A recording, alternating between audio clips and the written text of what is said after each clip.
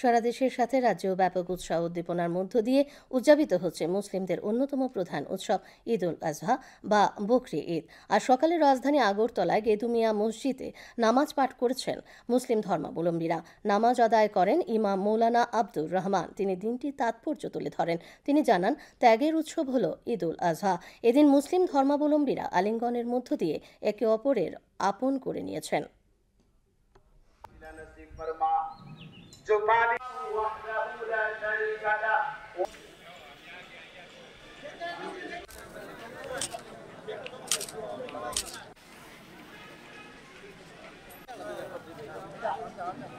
নিজের অন্তরের সমস্ত খারাপ মনোভাবকে কুরবান এবং বিসর্জন করে আল্লাহর সন্তুষ্টির উদ্দেশ্যে এই ঈদ উদযাপন করেন, ঈদের আনন্দ উপভোগ করেন। এই কুরবানির ঈদের মাধ্যমে যেরকমভাবে একটা খুশির দিক আছে, এরকমভাবে একটা হিউম্যানিটি এবং মানবতারও পাঠ এখানে শেখানো হয়েছে।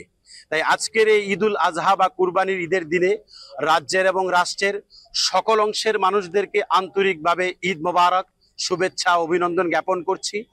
রাজ্যের ও রাষ্ট্রের সকল অংশের সকল ধর্মের মানুষের শারীরিক, আর্থিক, মানসিক, সার্বিক শান্তি, সম্প্রীতি ও সৌহার্দ্যের জন্য আন্তরিক কামনা করছি। এবং অশুভ শক্তি পতন হোক, শুভ শক্তির উত্থান হোক।